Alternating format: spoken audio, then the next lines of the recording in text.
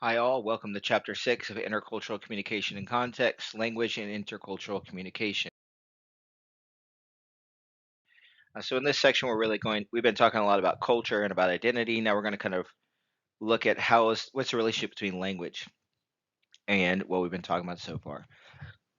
Excuse me, my allergies, or I'm getting a cold, I don't know. So, in this chapter, we're basically talking about through the dialectical approach once again, issues related to our different approaches to the study of intercultural communication and language. We'll talk about social science approach, specifically the relationship between language and how we understand and perceive the world around us and how we communicate that to different groups. How context comes into play through interpretivist approaches, and of course, issues of power and challenges of multilingualism, code switching, and ultimately language policies through a critical perspective. So, language is clearly a central element in intercultural communication, right? We primarily communicate through language. There's also nonverbal communication and visual communication, other forms of communication, right? But language is key. There are often challenges, though, like understanding slang, issues of power, and these are the things we're going to talk about in this chapter. The sheer number of languages spoken in the world today, approximately 6,500, is staggering, right? And presents potential challenges anytime we're going to interact with people who speak a language other than our own, right? Because that language is also representative of cultural norms and values that, even if we can find a common language to communicate, is going to influence how we understand the situation and one another. So, starting with the social science perspective on language, remember that social science focuses on individual aspects of whatever we're studying, right? Things that we can directly observe, right? Language perception and thought, for example, the way cultural groups use language in different ways, and the barriers presented by these variations. People around the world speak many different languages, and some scholars think that particular language people speak influences how they see the world. So let's start off. What does that mean? Language and perception, right? How we perceive the world around us. There's two polar positions on this. So according to the nominalist position, perception is not shaped by the particular language one speaks. Language is simply an arbitrary outer form of thought. Thus, all people have the same range of thoughts, which they express in different ways with different languages. So it's called nominalist because we give things names. Nom, right, is a root related to naming and nouns. So, in other words, we all perceive and can think about the world in the same ways. We just give things different names, depending on our language, right? According to the relativist position, however, the particular language people speak, especially the structure of that language, determines their thought patterns, their perception of reality, and ultimately important cultural concepts. So, in opposition to that, right, the relativist position says that our language heavily influences how we perceive and understand the world around us. This position is best represented by the Sapir-Whorf hypothesis. This hypothesis was proposed by Edward Sapir, a linguist, and his student Benjamin Whorf, based on their research on Native American languages. According to the hypothesis, language defines people's experience. For example, there are no possessives in the Dene, which is a Navajo language, in the Dene language. One might conclude, therefore, that Dene think in particular ways about the concept of possession that's tremendously different from English, right? Think about how often we use possessive words in our own language.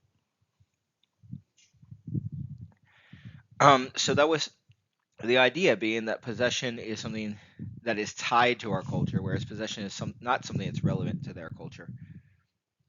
And therefore, it defines the way they describe and perceive the world around them. Variations in formal and informal forms raise similar issues. Another frequently cited example notes that some languages are gendered and others are not, right? So the idea being that gender is more or less important, or that we see the world as either things or as things that are more similar to humans because they have gender. In other words, our language affects our perception of the world. The Sapir-Whorf hypothesis has had a tremendous influence on scholarly thinking about language and its impact on everyday communication.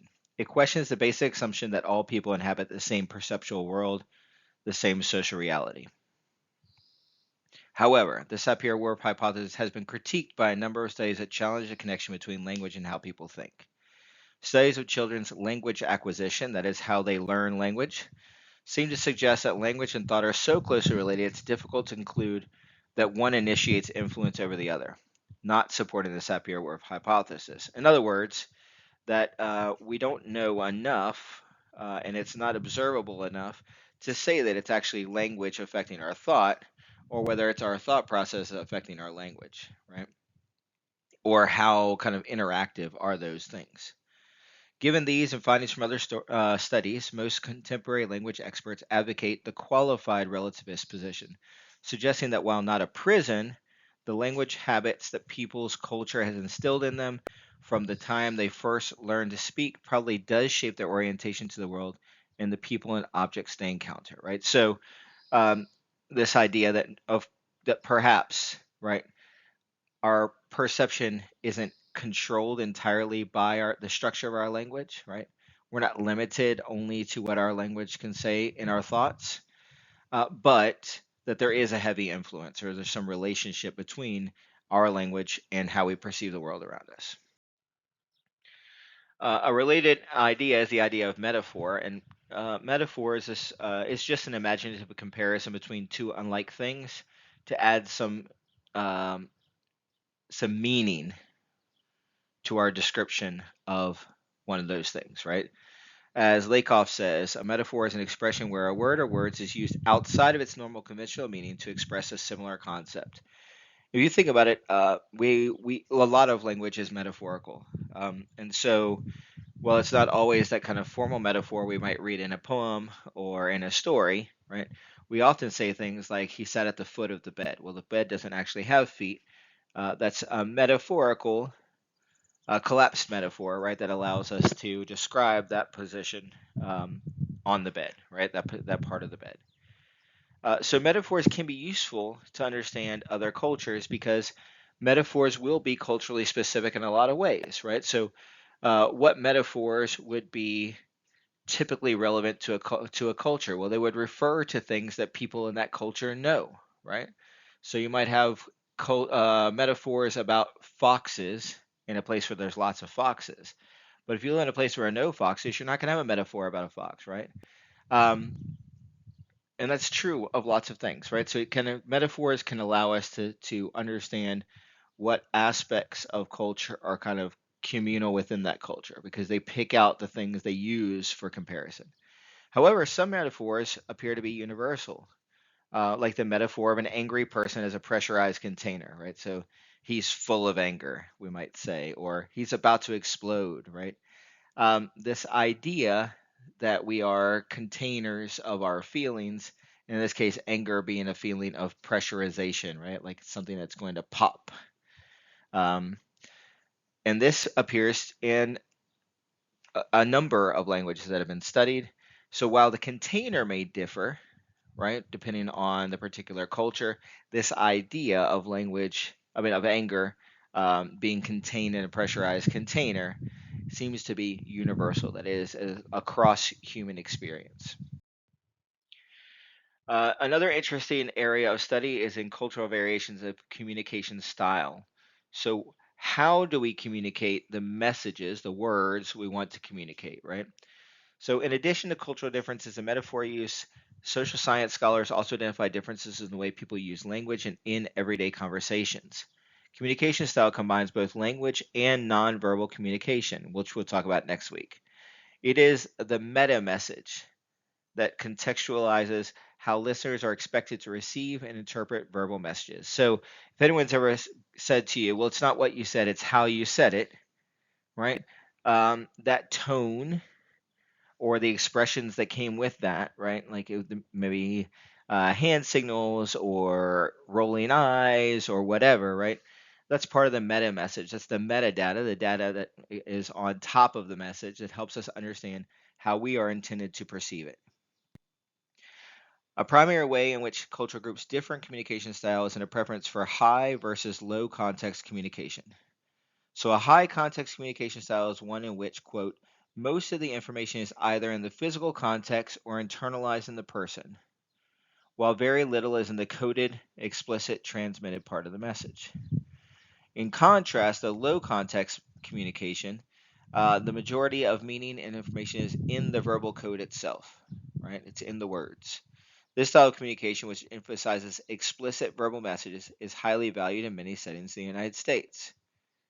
Right? It's like, tell me exactly what I need to know, right? Don't count on me already knowing something, or don't count on me being familiar with the environment we're in right now, right? Just tell me exactly what you want me to know, right? William Goodkinst and Stella Toomey identify two other major dimensions of communication style: direct versus indirect, and elaborate versus understated. So, the direct versus indirect dimension refers to the extent to which speakers reveal their intentions through explicit verbal communication and emphasizes low context communication, right? Most of the time, individuals and groups are more or less direct depending on the context. Different communication styles are responsible for many problems that arise between men and women and between persons of different ethnic groups. These problems may be caused by different priorities for truth, honesty, harmony, and conflict avoidance in relationship. A direct communication style is one in which the verbal messages reveal the speaker's true intentions, what he or she needs, wants, and desires. Right? So if somebody asks, well, what do you want for lunch? And you say, I want to go to Arby's and get a roast beef sandwich, right? Very clear, very specific, very direct. An indirect style is one in which the verbal message is often designed to camouflage the speaker's true intentions, needs, wants, and desires. So somebody says, where do you want to go to lunch? And they say, well, I don't know. Where do you want to go? Right? In that case, um, we don't know if they really want to go to a particular place but just don't want to say it. We don't know if they're actually more interested in where you want to go. We don't know if they actually just don't have a preference at all because it's a very indirect thing, right? Um, so these differences, and I'm sure you've had conversations where these happen, can lead to conflict.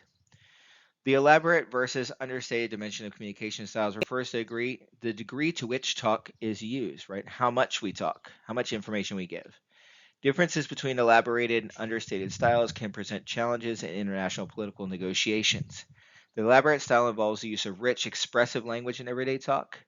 And in this style, a simple assertive statement means little, right? So somebody just says no, and what you're expecting is no with some kind of rationale that we can then debate and discuss so we can come to some kind of negotiated agreement, right? In contrast, the understated style values succinct, simple assertions and silence, right? So might say, free expression is not encouraged, right? So you wouldn't say I think and I believe and give a bunch of rationale for everything, right? You would say very directly, this is what I want, and then be quiet to allow the other person to respond. So you can see how members of groups who value elaborate or value understated styles can have difficulty negotiating politically because they have such different style approaches to language. Silence is especially appropriate in ambiguous situations. That is, if one is unsure what is going on, it's better to remain silent, right? So, one tool or technique we can use in these kind of situations is to listen to how people are communicating so that we can be appropriate to that actual context. There's this idea of an exact style that falls between the elaborate and the understated, but this exact style would fluctuate depending on the actual situation. And that's expressed in a maxim from Grice, quote, verbal contributions should be no more or less information than is required. In other words, the only thing you should add in language, right, the only thing you should say is exactly what is needed, no more, no less, right? That's a really hard point to know, right? To know exactly how much you need to say because you want to say certain things, or how much the other person needs to hear so they understand what you're trying to say, right? It's kind of the ideal spot you would locate your communication, right? Thinking about influence of interactive media on language and communication style. Some experts clearly wonder about the influence of communication technologies and communication style, right? How is our use of technology changing how we communicate? In general, email, text messaging, especially Twitter, emphasize low context, direct, and understated written communication.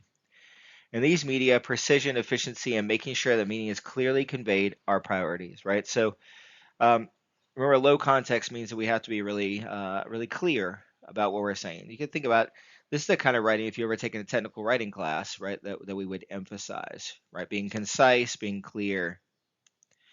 However, these interactive media provide many ways to send contextual information along with words, right? So while when we speak, we use things like tone, right, to communicate some contextual information. People can add emojis, GIFs or GIFs, however you say it, and stickers to their text, as well as photos and videos in order to convey more emotional meanings to our messages. Not everyone adopts or uses all available technologies. Moreover, people may adopt the technologies in their own style, right? So you may be a person who texts in text talk, or you may be a person who texts and it looks like something you would write in a formal paper, right? With punctuation and capitalization and fully spelled words. That's your own style, right? In addition to highlighting cultural differences in language, interactive media also have an enormous impact on slang and humor, which I'm sure you can imagine since a lot of social media exists to either provide online communities for people who want to connect, right? So in which case, slang is part of that, and humor, right? A lot of it is meant to make you laugh. But what happens, right, when slang and humor or don't match the particular community? Well, according to language expert Tom Dalzell, slang is generally wittier and cleverer than standard language, right? It's considered like this is the way you're supposed to speak to be smarter and better, right? Slang is inventive and creative and serves an important function. It establishes a sense of community identity among its users, often in opposition to standard language users. Slang then can be perceived as a barrier to those out to the outside group, right? So slang is um, a shared set of linguistic practices within a group, right? So it both causes inclusion for people who are part of that group, right? This is a way we communicate because we understand each other in these ways. It also is exclusionary because it can be a barrier for people who are outside the group and don't understand what the slang means or how to use the slang effectively, right? Or maybe will be perceived differently for using the slang of another group that they aren't a member of. Slang is particularly important for youth cultures. It is almost imperative to invent slang that belongs to each generation and is unintelligible to parents and other adults, right? If your parents ever told you like that's not what that word means or that doesn't make any sense, or you've said that to your children, right? Then you recognize that. Communication accommodation theory, or CAT, suggests that there is an optimum use of slang by an outsider accommodating to the slang of a particular culture. In other words, there's an amount of slang that an outsider could use to be looked on favorably by the members of the group. That if you don't use enough, you're clearly an outsider and don't really relate to the people in that group. And if you try to use too much, then it's like you're trying too hard and it shows that you're not really a member of that culture, right? Humor can be another cultural language variation that presents challenges, even when two cultural groups speak the same language. Trying to use humor in a foreign language can be really challenging because the basis of humor is so often linked to a particular cultural experiences or history. Another type of humor that presents a barrier in intercultural communication is the humor at the expense of others, right? And you could see this, of course, in your own experiences. But if you think about it, because different cultural groups have different histories and experiences and different values about how we are supposed to treat others, right? Different humor styles work effectively or don't work um, to create humor, right? In with different groups in different situations. So these different uses of language communicate different things to their culturally disparate audiences. As they also demonstrate, it is not easy to interpret language use from other people's perspectives. It's not easy to understand how other people are going to understand you, right? Um, so in the moment, right, we have to be thinking dialectically, right? So taking a dialectical perspective should help one avoid stereotyping specific groups in terms of communication style. One should not expect any group to use a particular communication style all the time, right? People use different communication styles even within their own communities in different contexts. In some, one might recognize that style operates dynamically and is related to context, historical sources, and so on. Furthermore, one might consider how tolerant one is when one encounters others who communicate in very different ways and how willing or able one is to alter one's own style to communicate better, right? So, a lot of times, what we try to do is to get our audience to communicate in our style. But we also have to be aware that part of our job in intercultural communication is accommodating our audience by adjusting our own styles. The interpretive perspective on language focuses on an in-depth understanding of communication used in context, right? So, um, the social science perspective was focused, obviously on kind of more observable language in use practices and how language might affect thought and communication and understanding of the world. Interpretive perspective, of course, focuses on context, as it has in our discussion so far, and how communication practices may vary from one cultural context to another. So if you think about this, right, I might speak very differently in a lecture to my class than I would speak if you came to visit me in my office or we had an online Teams meeting.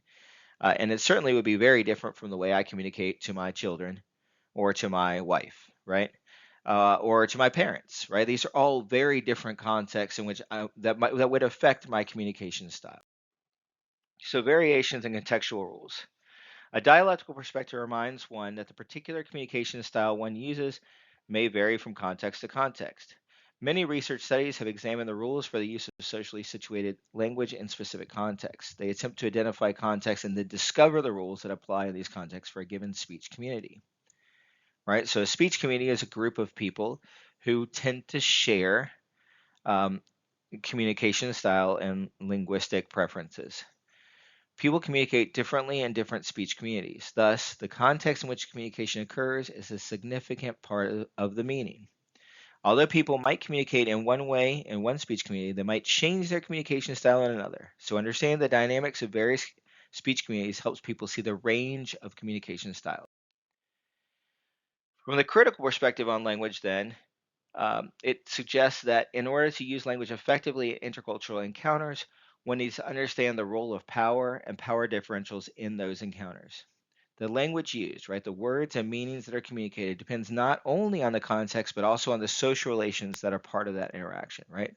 So beyond just saying we're in different groups, we're communicating with different groups in different situations, we also need to recognize power structures within those communications and how that might impact communication style. So we'll talk about co-cultural communication. The co-cultural communication theory proposed by communication scholar Mark Orbe describes how language works between dominant and non-dominant groups, or co-cultural groups. Groups that have the most power, for example, in the United States, white men, heterosexual, consciously or unconsciously. Remember, it doesn't have to be that we are consciously exercising our power, but that we are unconsciously part of a society in which those um, aspects of identity are given some level of power, right? And that differentiates for every intersectional identity, right? But there is some privilege that comes with each of these identity features. So we formulate a communication system that supports their perception of the world. This means that co-cultural group members, that is, ethnic minorities, women, gays, for example, must function in communication systems that often do not represent their experiences, right? So, workplace communication has, for a long time, been dominated by a communication systems built on the communication systems of white heterosexual men. So, what do you do if by one or more identity marker, you are not part of that dominant culture in the business world? Well, um, in the book they talk about assimilation strategies, right? So there seem to be three general answers to the question of how co-cultural groups can relate to the more powerful dominant groups. So they can communicate non-assertively, assertively, or aggressively. So these are kind of your three layers that scholars have identified. Within each of these communication postures, co-cultural individuals may emphasize assimilation, trying to become like the dominant group, or they can try to accommodate and adapt to the dominant group, right? So think about assimilation as actually like trying to become like the people in the group, and accommodation is trying to make space for people in the group so they will make space for you. And adaptation is trying to mold yourself in those particular contexts so that people will perceive you as non threatening and potentially part of the group. These three sets of orientations result in 9 types of communication strategies. The strategy chosen depends on many things, including the preferred outcome, perceived costs and rewards, and contexts. So it's hard, right, um, to be a member of a co-cultural group because there is a cost associated with your behavior, whether that cost is to your potential success in that environment or your personal identity in relationship to others, right? Um, Members can also try to remain separate from the dominant group as much as possible. So kind of an opposite reaction to trying to adopt some form of assimilation strategy is to adopt a separation strategy, right? Kind of define yourselves as separate. But of course, there's costs of that as well, as you may not be given the same access and privileges within a given system. These three sets of orientation, yeah, so the three assimilation strategies, as I mentioned, are non-assertive, assertive, and growth. So what do those mean? Well, non-assertive strategies emphasize trying to fit in and be accepted by the dominant group. Such strategies might emphasize commonalities, right? And rather than I'm not that different, I think I should have put we're not that different, right? It's kind of like this idea of, we're more similar than we are different, right? Be monitoring. That means kind of controlling and thinking about how you act so you fit in. And above all, avoiding controversy. There are potential costs to this approach because these co-cultural individuals may feel they cannot be honest about themselves and may also feel uncomfortable reinforcing the dominant group's worldview and power. Non-assertive accommodation strategies emphasize blending into the dominant culture, but tactfully challenging the dominant structure to recognize co-cultural practices. Using these strategies, the co-cultural individual may be able to influence group decision making while still showing loyalty to the larger organization's goals. The cost of this strategy may be that others feel that she or he is not pushing hard enough to change larger structural issues in the organization. Also, the strategy does not really promote major changes in organizations to make them more inclusive and reflective of the larger society, right? Because non-assertive strategies are um, about conforming in many ways, or at least allowing the perpetuation of the practices of the dominant culture. That it doesn't lead to change, right? And that is that the only way to be successful in that approach is to successfully adapt and fit in to the dominant culture, right? Kind of accept those power structures and live with them. It could lead to small change, but small change over a long time to make any kind of significant difference. Non-assertive separation strategies are often separation strategies, right, are often used by those who assume that some segregation is part of everyday life in the United States. Some co-cultural individuals regard segregation as a natural phenomenon, but also use subtle communication practices to maintain separation from the dominant group. Perhaps the most common strategy is simply avoiding interactions with dominant group members whenever possible. The benefits are obvious, but the cost is they cannot network and make connections with those in power positions, right? So segregation in this case, right, removing yourself from the dominant culture entirely and just saying, well, this is just the way the culture works, and therefore I will just accept my separated status, uh, denies access to those in power, right? Assertive strategies may downplay co-cultural difference and try to fit into existing structures, but they also let people know how they feel from time to time. This strategy can promote an us versus them mentality, right? Because it can say, like, we all work together and, we all fit in together in these ways. However, when you do this, it's very different from what I do, right? So it's an us versus them mentality. And some people find it difficult to maintain this strategy for very long, right? It's hard to try to both fit in and discuss differences. Assertive accommodation strategies try to strike a balance between the concerns of co-cultural and dominant group members. These strategies involve communicating self, doing intragroup networking, using liaisons, and educating others, right? So this is a lot of the work that I think is a popular approach in today's world, right? Where we're trying to maybe move to more inclusive work environments and educational environments. But part of that work is having to be done by co-cultural group members to emphasize who they are and what they need to be successful, and then also work on the part of the dominant group members to participate intentionally in inclusive activities. Assertive separation strategies reflect a conscious choice to maintain space between dominant and co-cultural group members. One benefit is it promotes co-cultural unity and self-determination, but it also means trying to survive without having access to resources controlled by the dominant group, right? So in this case, instead of just saying that, um, segregation is the way it is, so we might as well just accept our role and remain separate. This is a more intentional separation to work with people who are members of that particular co-cultural group and allow the people in the dominant group to work separately, um, to avoid conflict, right? And avoid the cost of kind of this constant defining of oneself and trying to negotiate this balance between being part of the group and being separate from the group, right? Um, but it does mean not having access to those in the group and their resources and power. Aggressive strategies emphasize fitting in, sometimes going to great lengths to prove that they are like members of the dominant group.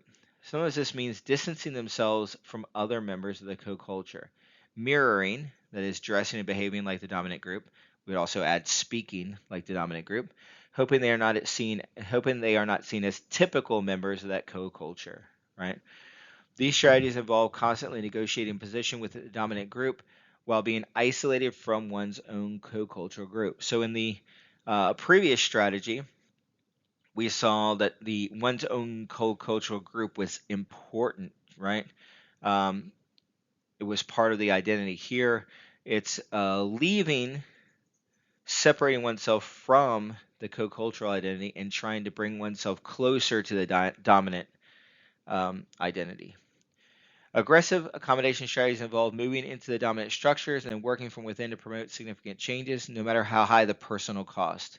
Right? So when people say, I need to change the system from within, this is what they're talking about, right? Willing to kind of um, subdue their personal identity in favor of the dominant identity in order to actually get a seat at the table. Although it may seem as if co-cultural workers who use these strategies are confrontational or self-promoting, they also reflect a genuine desire to work with and not against the dominant group workers. Co-cultural members with this orientation may periodically use assertive as well as aggressive accommodation strategies, and so may be perceived as genuinely committed to the larger group's good. However, co-cultural members who consistently use aggressive accommodating strategies may find themselves alienated from both other co-cultural members and from dominant group colleagues for being too confrontational. In other words, they don't really fit in anywhere. Aggressive separation strategies are used by those to whom co-cultural segregation is an important priority and entails confronting pervasive, everyday assumed discriminatory practices and structures. The cost may be that the dominant group retaliates against this open exposure of the presumed way of doing things. So, right, so the opposite of this accommodation strategies, right, where you're trying to fit in and trying to make it work and willing to subdue everything, the separation is the opposite of that, where you're like, I'm not going to conform to these rules, and instead I'm going to resist, right, the dominant group practices and procedures. So, um, These are obviously aggressive, right? Aggressive rather than assertive, which is a little bit, and non-assertive, which is passive at most, right? And remember that people may use different strategies over their lifetime or even in different moments in similar contexts, right? So people aren't latched into one particular strategy. It may also depend on the relationship between members of the dominant group and members of the uh, minority groups, and to how effective one strategy or another might be. Related to this perspective, then, right, rather than looking at the co-cultural groups and their perspective, is the dominant group theory. So, right, so um, what strategies do dominant group members use in responding to concerns of co-cultural group members, right? So this is kind of from the other side of that. So they use strategies that reinforce their privilege, right? This is right when the dominant group is unwilling to to give up their privilege or to change their practices and procedures that they don't maybe perceive give them privilege but do, right? Um, and sometimes, right, that means that resistance is met with a stronger resistance because people in the dominant position have more power to exercise, right? B, strategies that reflect an awareness of their privilege, right? So people begin to become aware of their privilege even if they haven't accepted that change is necessary, right? In order to be more inclusive. C, strategies that express support for co-cultural groups, right? So moving beyond recognizing privilege to recognizing that there are then um, other groups who are disadvantaged in the same situation, right? So anytime there's a power and there's privilege, there will be people who are disempowered and lack privilege, right?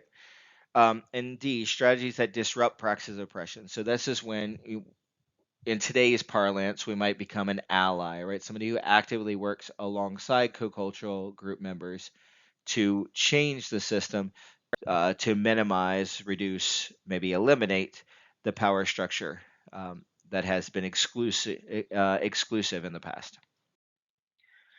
Another way to look at is discourse and social structure. So just as organizations have particular structures and specified positions within them, societies are constructed so that individuals occupy social positions. Differences in social positions are central to understanding intercultural communication. Power is a central element by extension of this focus on social position. When people communicate, they tend to note, however unconsciously, the group membership and positions of communication participants. Right? When certain people speak, we know they have more power. We just know, right? We interpret that unconsciously in that communication. Groups also hold different positions of power in social structure. Because intercultural contact occurs between members of different groups, the position of the groups affect communication. Group differences lend meaning to intercultural communication because the concept of differences is key to language and the semiotic process, right? The process of making meaning. The power effects of labels. People often use labels to refer to other people and to themselves. Labels as signifiers acknowledge particular aspects of one's social identity. The context in which a label is used may determine how strongly one feels about the label. Sometimes people feel trapped or misrepresented by labels. Labels communicate many levels of meaning and establish particular kinds of relationships between speaker and listener. Sometimes people use labels to communicate closeness and affection for others, right? Think about a pet name for somebody who you love or really like, right? Um, Sometimes people intentionally invoke labels to establish a hostile relationship. Think about somebody using a racial slur, right? That's intentionally trying to hurt somebody, right? Sometimes people use labels that are unintentionally offensive to others. In today's world, with rapidly changing associated terminology for different groups, we might if you were Dan Snyder of the Washington, now the Commanders, is that what they're called? And last year's Washington football team, they were previously the Washington Redskins. And he said that he didn't think that term was offensive, and he had talked to members of Native communities who didn't find it offensive and were fans of the team and all these things, right? Now, once he became aware of that, then maybe he was intentionally using that to provoke people, right? But initially, right, it was unintentionally offensive. Discourse is tied closely to social structure, so the messages communicated through the use of labels depend greatly on the social position of the speaker. If the speaker and listener are close friends, then the use of particular labels may not lead to distancing in a relationship or be offensive. And we can see this um, in with the use of words that might be hostile in particular groups, but when talking to a friend, are seen as funny or a tool to make you feel closer. Um, like I don't know if I'm supposed to cuss in this, but like the B word, right? Um, so women members of some female groups might call each other their bitches, right? But in this case, it's not a negative connotation as it might be in a different context, but instead a positive connotation, like we're all the member of the same group. So if the speaker and listener are strangers, then these same labels might invoke anger or close lines of communication, right? You can see that. That's obvious. Furthermore, if the speaker is in a position of power, then he or she has potentially even greater impact, right? So if a teacher labels a student, or a boss labels an employee, or a parent labels a child, it has more impact than if your equal labels you. And so those can be positive, they can be negative, but we have to be aware of that greater impact we have on those people we label, and help people understand how when they label us, it impacts us either positively or negatively, right? Being labeled a good worker is a great thing, right? Being labeled a problem is a different thing. Moving between languages, we're talking about two big ideas here. One is multilingualism, that's people who speak more than one language. And the other is translation and interpretation, the difference. Okay, so multilingualism. If people speak two languages, we call them bilingual. People who speak more than two languages, we call them multilingual. In the studies, we just call them all multilingual. It's just easier than trying to differentiate. It's not necessarily significant whether it's two languages or more. Um, it is important to realize that most people who are multilingual do not speak the languages with the same level of fluency. There's probably a level where this is my preferred, most comfortable day-to-day community language. Some people who grew up in multicultural households may be very close in those levels, and then other people, of course, because they use them both regularly. So if you speak Spanish at home and you speak English in the rest of your world, right, in your school and your work life, um, but there will always be a slight edge in level of fluency for one. In that case, it's probably going to be the Spanish because it has more to do with the language you grew up with and how that those associations with family and culture have impacted your life. Sometimes entire nations are bilingual or multilingual. The 10 most popular languages in the United States, for example, are Spanish, Chinese, Tagalog, Vietnamese, Arabic, French, Korean, Russian, German, and Haitian Creole. But many countries, particularly those that are post colonial, will be multilingual because they'll have oftentimes English or French or Spanish or Portuguese as their national political language because that was the colonial language that was forced upon them. And then they are recovering and preserving different languages that existed before colonialism and were commonly practiced by different peoples. And in some places, like the Philippines, a whole new language, um, a pidgin of different languages that were possessed by both the colonizers and the seamen who were in and out of port so often, becomes a new language in this post-colonial world. An interesting linguistic phenomenon is interlanguage has implications for the teaching and learning of other languages. Interlanguage refers to a kind of communication that emerges when speakers of one language are speaking in another language. The native language's semantics, syntactics, pragmatics, and phonetics. So, semantics about meaning, syntactics about sentence structure, pragmatics about the functionality of language, and phonetics how it sounds often overlap into the second language and create a third way of communicating, right? So, um, in other words, the language we know better often influences the languages we are learning. Different people react differently to dialectical tensions of a multilingual world. Some work hard to learn other languages and other ways of communicating, even if they make numerous errors along the way. Others retreat into their familiar languages and ways of living, right? So just like when we were talking about whether you want to assimilate or separate, right? This is has to do with multilingualism as well. Translation refers to the process of producing a written text that refers to something said or written in another language, right? So we take something that's written in one language and we translate it into another written text. It goes from the source text to the target text, the target language, okay? Interpretation is verbally expressing what is being said. So I like to use the example of um, interpreters for the deaf and hard of hearing because you see them a lot of times in government press conferences, sporting events, whatever. That oftentimes, typically, this is happening like in the moment, right? We're listening to the original language and in the moment interpreting that language for a different set of audience members in a different language, like American Sign Language. Um, so remember that languages are entire systems of meaning and consciousness. So it's not just a matter of taking word for word, right, to create an interpretation or a translation. Instead, we need to choose the ways that one language expresses something and find the way the other language best expresses that something. So translation studies traditionally have tended to emphasize issues of equivalency or accuracy, that is focusing on like the translated meaning to the original meaning. However, for those interested in intercultural communication process, the emphasis is not so much on equivalence as the bridges that people construct to cross from one language to another, right? So how do we make that work, right? What works well for one um, audience? How do we make that work for another audience in a wholly different language?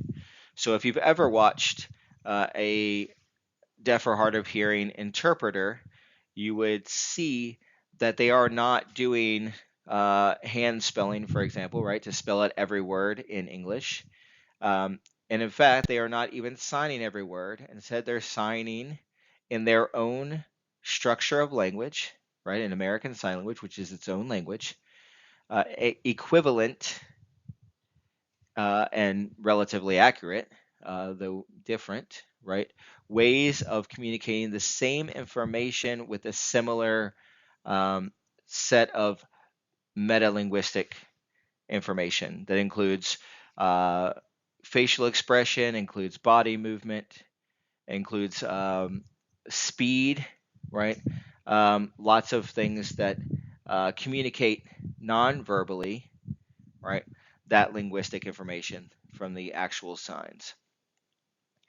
People often assume translators and interpreters are invisible, that they simply render into the target language whatever they hear or read. The role they play as intermediaries, however, often regulate how they render the original. It might be helpful to think of translators and interpreters as cultural brokers who must be highly sensitive to the context of intercultural communication. People often assume that anyone who knows two languages can be a translator or interpreter. I can tell you that's not true. Research has shown, however, that high levels of fluency in two languages do not necessarily make someone a good interpreter or translator. Because the complex relationships between people, particularly in intercultural situations, translation and interpretation involve far more than linguistic equivalence, right? Far more than the same words. While the field of translation studies has much to contribute to intercultural communication, foreign language programs are being eliminated at an alarming rate. A rate of record 651 disappeared in just the past 3 years. So while we are so interested um, in the relationship between how we communicate with people with different languages, we are increasingly, as Americans, uh, not preparing students to participate in a multilingual world, and instead are oftentimes assuming that English will be the lingua franca, right? So, language identity. Of course, the relationship between language and culture becomes more complicated when one looks at the complexity of cultural identities at home and abroad. The ability to speak another language can be important in how people view their group membership, right? Speaking Cajun French um, is an important identity marker for members of that Cajun community. Although some people who migrate to the United States retain the language of their homelands, right? Many other U.S. American families no longer speak the language of their forebears. I wonder how many of you might know people whose parents were immigrants to the United States and children have not were not taught um, that historical familial language, right? Instead, were pushed to assimilate into American English. Linguists say that each language is a unique lens, a unique way of viewing the world, and they are increasingly concerned about what is being lost when a language goes extinct. When language disappears, so do significant aspects of cultural diversity. The language one speaks and the language others think one should speak can create barriers in intercultural communication. You can see this happen when people assume that someone speaks English and then is frustrated when they don't, right? Or assumes that somebody speaks a foreign language and finds that they are um, members of the same linguistic community, right? They are English speakers and don't actually speak that language. You can see how that could be offensive to some people. These assumptions we make about people and who they should or should not be. Code switching is a technical term in communication that refers to the phenomenon of changing languages, dialects, or even accents. Code switching in language settings brings up the question of how does a bilingual person decide which language to speak in a setting where there are multiple languages spoken? A helpful theory here is communication accommodation theory, we talked about before, CAT. This theory posits that individuals change their communication patterns to accommodate others in some situations, depending on the situation and the attitude of the speaker towards people. So code switching is something that people do regularly, and that is we speak in particularly different ways depending on the people to whom we're speaking. So if it's a language issue and you're in a room with 14 people who speak Spanish and one person who speaks but then wait, you're in a room with 15 people, 14 speak English and Spanish and one only speaks English, you might decide to speak English because it accommodates everybody, right? If you're in a group of people who are socially hanging out your friends, you might speak in particular dialect or use a particular accent that is unique to that group of people that maybe you grew up with, right? That you wouldn't want to maybe emphasize in your workplace or in your schooling. When you watch the video this week, you'll see how that can happen and how some preferred languages, dialects, or accents need to be adopted by people who maybe typically have um, less prestigious languages, dialects, or accents that might lead to disadvantages in different situations. Therefore, those people decide to code switch, sometimes unconsciously, but oftentimes consciously. Finally, language politics and policies. Um, Obviously, nations can enact laws recognizing an official language, such as French in France or Irish in Ireland, despite the fact that more Irish speak English than Irish. And some nations have multiple official languages. In the United States, there is no official national language, although English is the de facto national language. Laws or customs that determine which language is spoken where and when are referred to as language policies, and language policies are embedded in the politics of class, culture, ethnicity, and economics. And remember that these policies are typically used to reinforce the power structure of any particular society. They do not develop as any result of any supposed quality of the language itself. In other words, um, any language uh, is just as good as any other at expressing things. Um, but what happens is one language and one dialect of that language is often privileged in a particular society, right? Because it's tied to power structures of class, culture, ethnicity, and economics. Sometimes nations develop language policies as a way of protecting minority languages so those languages not disappear. We've seen that recently in the United States with increased funding for studies and preservation of languages of different native groups. Sometimes language policies are developed with language parity, that is the idea with making languages equal, but the implementation is never equal. So think about in Canada and Quebec, all the signs are in French and English. French is actually the preferred language, though, in that area. And as a nation, even while some other areas of Canada require students to learn French in addition to English, French never reaches the level of importance nationwide as French, because the French, I mean, as English, because French is represented primarily in only one province of Canada. People can view the development of language policies as reflecting dialectical tensions between the nation's history and its future. Right? A lot of times, policies to preserve particular dominant ways of speaking are about holding on to a history, whereas policies about trying to save minority languages might be about its future. Right? Like, how do we want to maintain this looking forward? Um, Also, tensions between the various language communities, between economic and political relations inside and outside the nation. Language policies can help resolve or exacerbate, right, fix or make worse these tensions. This leads us, of course, to language and globalization, which has sparked increased interest in some languages while leaving others to disappear.